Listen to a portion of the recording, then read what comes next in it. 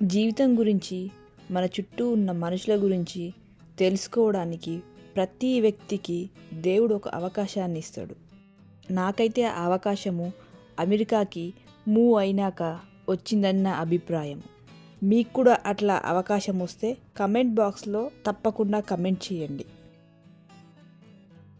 ముందుగా అందరికీ welcome to నా చిన్న కబుర్లు. మా చిన్నోడు స్కూల్లో ప్రతిరోజు స్కూల్ అయిపోయాక ఆఫ్టర్ స్కూల్ యాక్టివిటీస్ అయితే ఉంటాయి. వాడు ఈ ఇయర్ చెస్ క్లాసెస్లో జాయిన్ అయ్యిండు. అది వీక్లీ 1 క్లాసు. దానికి సంబంధించిన ఫ్యామిలీ నైట్ మీటింగ్ ఈరోజు సాయంత్రం 6 గంటలకు ఉంది. నేను వాడు ఇద్దరం వెళ్దాం అనుకుంటున్నాం. దానికి ముందు ఇక్కడ నేను వాడికి పాలు కలుపుతున్నా. తర్వాత మాకు టీ కూడా చేయాలి. మా పిల్లలిద్దరూ పాలల్లో బూస్ట్, హార్లిక్స్ లాంటివి కలిపితేనే తాగుతారు. లేకపోతే ఏదో పాల వాసన వస్తుంది, ఫ్లేవర్ వస్తుంది అనేసి కంప్లైంట్ చేస్తారు. నేనైతే పాలల్లో చక్కెర లేకుండా అయినా తాగేస్తా.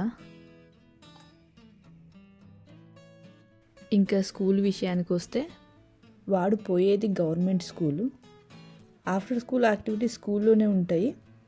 కాకపోతే స్కూల్ వాళ్ళకి సంబంధం ఏమీ ఉండదు. ఇక్కడ ప్రతి స్కూల్లో పేరెంట్స్ అసోసియేషన్ ఉంటుంది. ఆఫ్టర్ స్కూల్ యాక్టివిటీస్ మొత్తం వాళ్ళే మేనేజ్ చేస్తారు. మనం కూడా కావాలంటే వాలంటీరింగ్ చేయొచ్చు. అక్కడ యాక్టివిటీస్కి మనీ అయితే ఛార్జ్ చేస్తారు. కాకపోతే బయటికంటే కొంచెం తక్కువ రేటు ఉంటాయి. ఇక నేను ఇలాచీ, మిరియాలు ఇంకా అల్లం వేసి నాకు, మా వారికి, మా అమ్మాయికి ముగ్గురికి టీ పెడుతుందా. నేను ఎప్పుడు ఏం వండినా కొలతలతో వండుతా.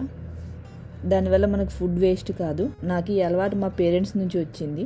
మనం కూడా పిల్లలకు చిన్నప్పటి నుంచి ఫుడ్ వేస్ట్ చేయొద్దని నేర్పియాలి.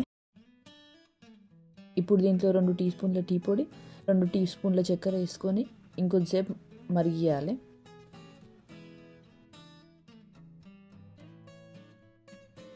ఇక్కడ మా ముగ్గురి కోసం కనపడుతున్న చిన్న గ్లాస్తో 2 గ్లాసుల నీళ్ళు ఇంకా 2 గ్లాసుల పాలు వాడుతున్నా. అల్లం నీళ్ళలో బాగా మరిగిన తర్వాతనే దాంట్లో పాలు పోయాలి, లేకపోతే పాలు పగిలిపోతాయి.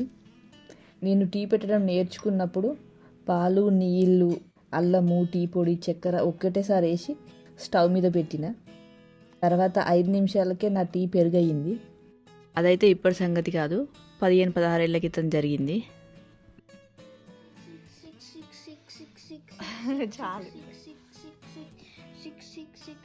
ఇప్పుడు చాలమ్మా, చాలా. ఇప్పుడు మా చిన్నోడు మ్యాథ్ హోంవర్క్ చేస్తున్నాడు. హెల్ప్ కావాలని పిలిస్తే చూస్తున్నా, ఎట్లా ప్రాబ్లమ్ సాల్వ్ చేయాలని ఎక్స్ప్లెయిన్ చేస్తున్నా. లాస్ట్ ఇయర్ అయితే వాడికి హోంవర్క్ ఏమి ఇవ్వకపోతుండే. ఈ సంవత్సరం మాత్రం ప్రతిరోజు హోంవర్క్ ఇస్తున్నారు. మెయిన్గా మ్యాథ్ అయితే ప్రాక్టీస్ కోసం రోజు అసైన్ చేస్తుంది వాళ్ళ టీచరు. పిల్లలకు మ్యాథ్ అర్థం చేయించాలంటే చాలా కష్టం. కొన్ని కాన్సెప్ట్స్ ఈజీగానే నేర్చుకుంటారు. ఏవైతే కొన్ని అర్థం కావు చూడండి, వాటిని అర్థం చేయించాలంటే మనకి చాలా టైం పడుతుంది. మా చిన్నోడు ఈ సంవత్సరం 5th గ్రేడ్. కాకపోతే 6th గ్రేడ్ మ్యాథ్, ఇంగ్లీషు నేర్పిస్తారు. ఎందుకంటే వాడు అడ్వాన్స్డ్ లెర్నింగ్ అనే ప్రోగ్రాంలో ఉన్నాడు. దాన్నే కొన్ని స్టేట్స్లలో గిఫ్టెడ్ ప్రోగ్రామ్ అంటారు. దాంట్లో సీట్ రావాలంటే ఎవ్రీ ఇయర్ జనవరిలో మ్యాథ్, ఇంగ్లీష్ ఇంకా రీజనింగ్లో టెస్ట్ పెడతారు. ఆ టెస్ట్ క్లియర్ చేసిన పిల్లలకు ఈ ఏఎల్ ప్రోగ్రామ్కి ఎలిజిబిలిటీ వస్తుంది. మావాడు 2nd గ్రేడ్లో ఉన్నప్పుడు ఈ టెస్ట్ రాసి క్లియర్ చేసిండు. ఇప్పుడు వెళ్తున్న స్కూల్కి 3rd గ్రేడ్ నుంచి వెళ్తున్నాడు. స్కూల్ అయితే మా ఇంటి నుంచి కొంచెం దూరం ఉంటుంది. కాకపోతే వాళ్ళు బస్ ప్రొవైడ్ చేస్తారు.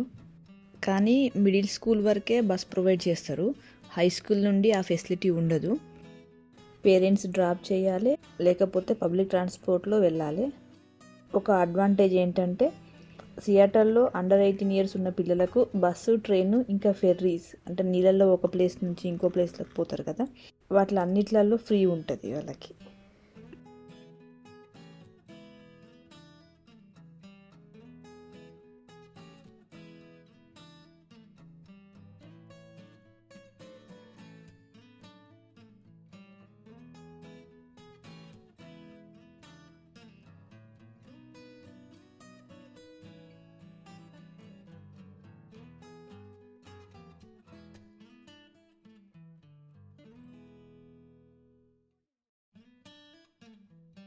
డిన్నర్ కోసం బ్రౌన్ రైస్ కడిగిన. మార్నింగ్ది కూర క్యాబేజీ శనగపప్పు ఉంది. వచ్చినాక రైస్ కుక్కర్ ఆన్ చేసుకుంటే సరిపోతుంది. ఫైనల్గా మేమైతే స్టార్ట్ అయినాము. మా వాడైతే ఫుల్ హ్యాపీగా ఉన్నాడు. వాడికి గుర్తుకు లేదు వెళ్ళాలనే సంగతి. అంతసేపు మ్యాథ్ హోంవర్క్ చేస్తూనే ఉన్నాడు. నేను టీ తాగిన తర్వాత వెళ్దామా అని గుర్తు చేసిన. వాడైతే ఆ హోంవర్క్ అక్కడికే ఆపేసిండు. మిగిలింది వచ్చినాక కంటిన్యూ చేయమని చెప్పిన. మేమైతే స్టార్ట్ అయినాము. ఆల్రెడీ 6:04 అవుతుంది.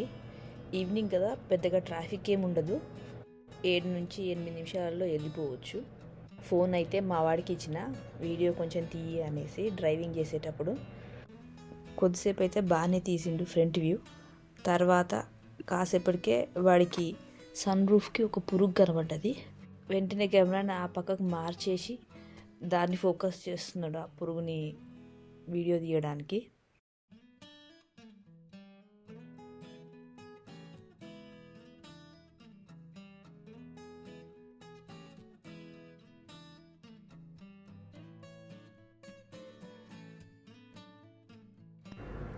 ఇంకా మేము ఉండే ప్లేస్కి వస్తే, మేము వాషింగ్టన్ స్టేట్లో బెల్వ్యూ అనే ప్లేస్లో ఉంటాము. ఇండియాకి వెళ్ళినప్పుడు ఎక్కడుంటారు అని చాలామంది అడుగుతారు. అడిగినప్పుడు వాషింగ్టన్ స్టేట్ అని చెప్పగానే అందరూ అనుకుంటారు వాషింగ్టన్ డీసీనేమో అనేసి అనుకుంటారు. వాషింగ్టన్ డీసీ కాదు, ఇది వాషింగ్టన్ స్టేట్. అందుకే నేను ఎప్పుడు ఎవరికి ఎక్కడుంటారని అడిగితే వాషింగ్టన్ అనేది ఏం చెప్పను. దాని బదులు సియాటల్ అని చెప్తా. సియాటల్ అనేది చెప్తే వాళ్ళకి ఈజీగా అర్థమవుతుంది. ఎందుకంటే అమెజాన్, మైక్రోసాఫ్ట్ హెడ్ ఆఫీస్ వచ్చేసి ఇక్కడే సియాటల్లో ఉంటుంది. సో ఇండియన్స్ అయితే ఇక్కడ చాలామంది ఉంటారు, ఐటీ జాబ్ చేసుకునే వాళ్ళు, అమెజాన్, మైక్రోసాఫ్ట్లో పనిచేసేటోళ్ళు. మా చిన్నోడు స్కూల్ ఉన్న ఏరియా పేరు మెడైనా. మీకు వీడియోలో పక్కన కనపడుతుంది చూడండి, మెడైనా పార్క్ అనేసి. మైక్రోసాఫ్ట్ ఫౌండర్ బిల్ గేట్స్ ఉన్నాడు కదా, అతను కూడా ఇదే ఏరియాలో ఉంటాడంట. ఇది మొత్తం రెసిడెన్షియల్ ఏరియా. ఆఫీసులన్నీ మాత్రం బెల్వ్యూ, రెడ్మండ్లో ఉంటాయి మైక్రోసాఫ్ట్కి. సియాటల్లో 1-2 ఉంటాయి, కాకపోతే మోస్ట్లీ రెడ్మండ్లో ఎక్కువ ఉంటాయి. స్కూల్ కాంపౌండ్లోకి అయితే ఎంటర్ అయిపోయినాము. అక్కడ సైన్ బోర్డ్ చూపిస్తున్నది చూడండి, గన్స్ ఆర్ నాట్ అలౌడ్ అనేసి. ఇక్కడ ప్రతి స్కూల్లో ఎంట్రన్స్లో గన్స్ ఆర్ నాట్ అలౌడ్ అనేసి ఒక బోర్డు అయితే పెడతారు. ఇక్కడ స్కూళ్ళకి కాంపౌండ్ వాల్ అయితే ఏముండదు. సాయంత్రం అయినాక ఎవరైనా వెళ్ళేసి స్కూల్ ప్లే గ్రౌండ్ని, ఫీల్డ్ని వాడుకోవచ్చు.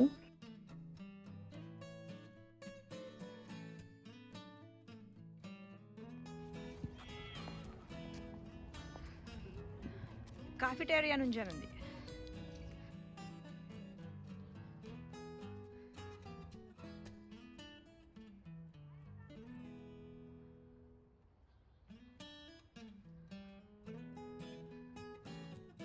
ఆఫ్టర్ స్కూల్ అవర్స్ తర్వాత మెయిన్ డోర్ లాక్ చేసేస్తారు. ఓన్లీ స్కూల్ అవర్స్లో మాత్రమే ఆఫీస్ రూమ్ నుంచి స్కూల్లోకి పర్మిషన్ తీసుకొని ఎంటర్ అవ్వాల్సి వస్తుంది. మిగిలిన డోర్స్ అన్నీ లాకే ఉంటాయి. ఇప్పుడు మేము వెళ్తున్న డోర్ కూడా స్కూల్ అవర్స్లో లాక్ ఉంటుంది. ఆఫీస్ రూమ్లోకి వెళ్ళేసి పర్మిషన్ స్లిప్ తీసుకొని లోపలికి వెళ్ళాల్సి ఉంటుంది. మోస్ట్లీ ఏం యాక్టివిటీస్ అయినా క్యాఫిటేరియాలోనే పెడతారు. మనకి ఇక్కడ రైట్ సైడ్ కనబడుతున్న హ్యాంగ్ చేసి ఉన్న జాకెట్లన్నీ పిల్లలు మర్చిపోయి ఉన్నాయి. లోపలికి ఎంటర్ అయినాక నేను వీడియో తీయడం ఆపేసిన. తర్వాత వాళ్ళు కొద్దిగా ఇన్ఫర్మేషన్ ఇస్తున్నప్పుడు వీడియో అయితే తీసిన కొంచెం సేపు. మా వాడు వేరే పిల్లలతోటి 1-2 చెస్ గేమ్స్ అయితే ఆడిండు. వాళ్ళు ఇక్కడ కొద్దిగా ఫుడ్ కూడా పెట్టిండ్రు. నేనైతే ఒక పిజ్జా స్లైస్, కొంచెం సాలాడ్ తీసుకున్నా. చెస్ క్లాసెస్కి వాడి ఇంట్రెస్ట్ కొద్దీ చేర్పించినాము. ఫస్ట్ అయితే స్లాట్ దొరకలేదు.